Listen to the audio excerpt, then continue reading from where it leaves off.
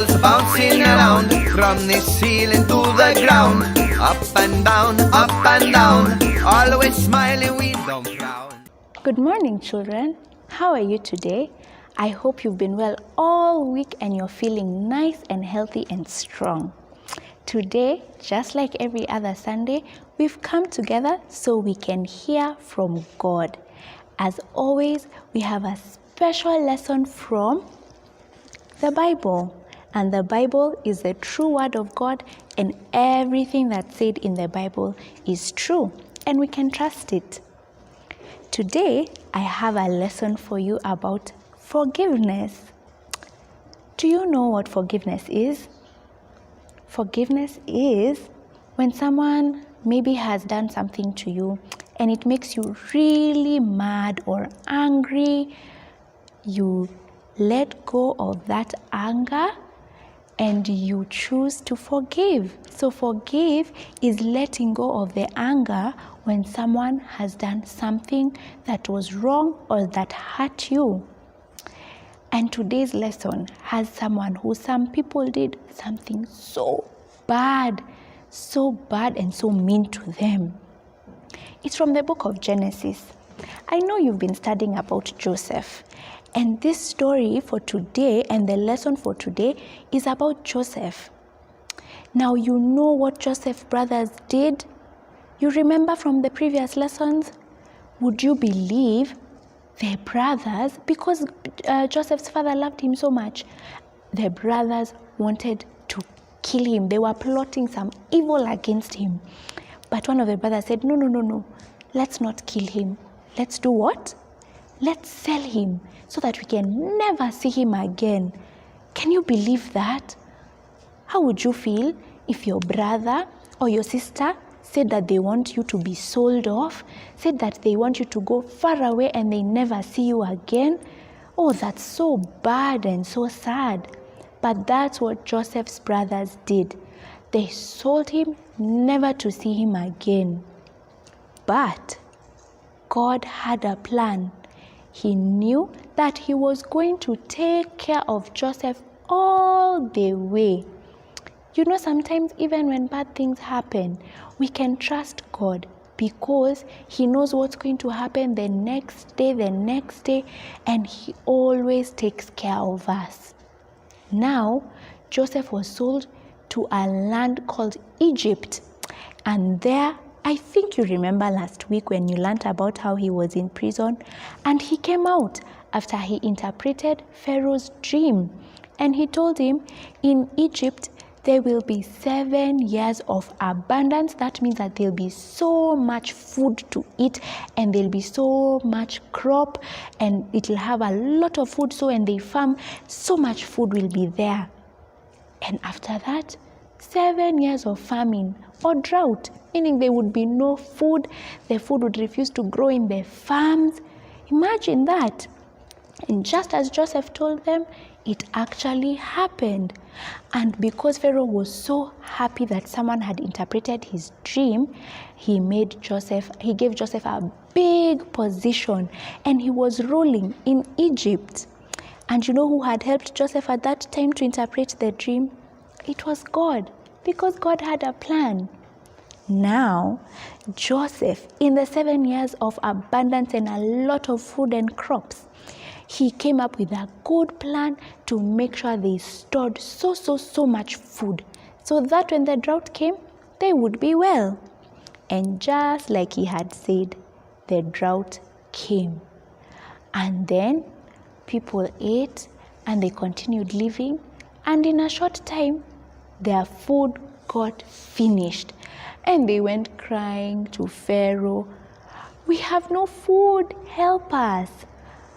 Can you imagine if you had no food to eat and you were just hungry, you went to the kitchen and there's nothing to eat in the supermarket, there's nothing to buy? That's what the situation was like in Egypt.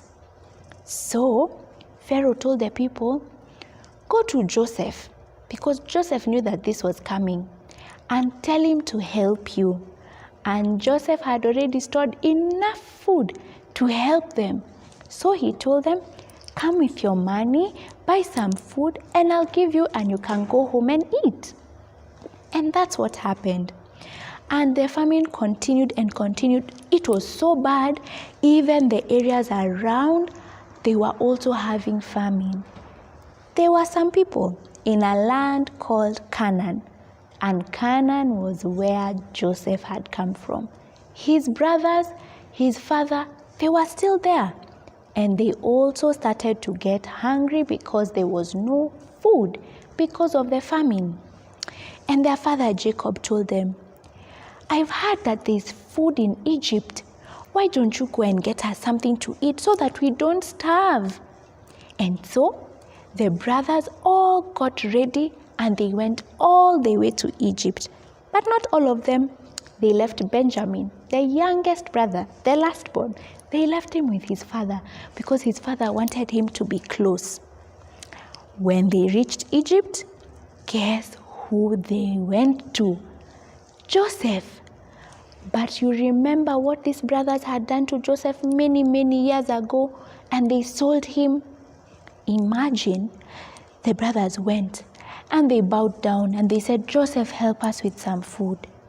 Because it was so long ago, the brothers didn't recognize Joseph, so they just thought they're asking a ruler in Egypt for food. But when Joseph saw them like this, he knew, these are my brothers. And you can imagine what he felt inside him. You know what he did? He told them, you look like spies. And they said, no, we are not spies. And so he started to ask them things about them. Where is your father? Is he still alive? How is he? Are these all your brothers? And they told him, we left one behind at home with our father. And so you know what he said? He said, if you want me to believe you're not spies, you leave one of your brothers here, you go and come back here with your youngest brother.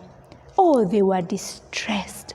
So he took Simeon, Joseph took Simeon, told him, you're staying, and the other brothers had to go. So they went, and when they reached there, told their father, Jacob, this is everything that happened.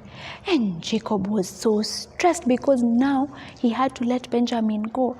And he said, no, I can't do it. But the brother said, we are just going so that he makes sure that we are not spies.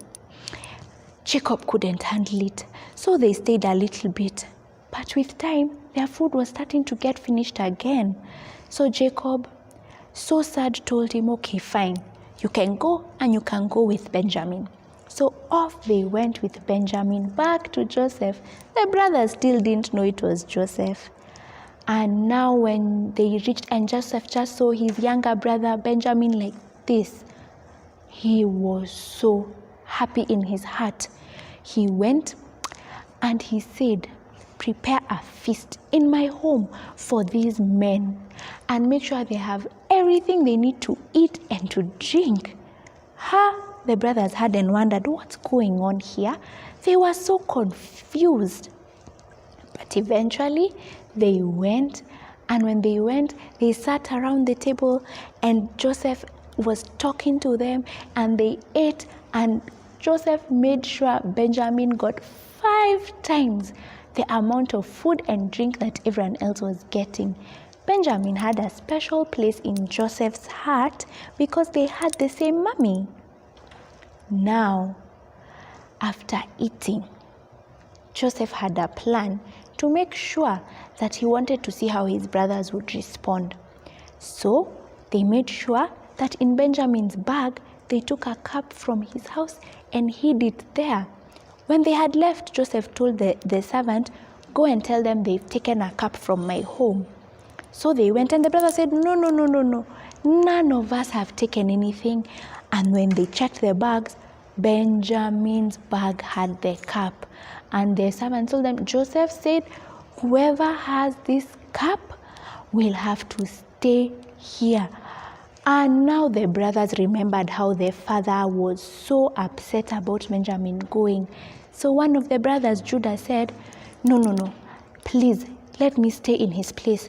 How will we go home and tell our father that we've left him and he didn't even want him to come in the beginning? And Joseph saw, they really loved the brother also and the father, and they were taking care of him. He was so emotional, he couldn't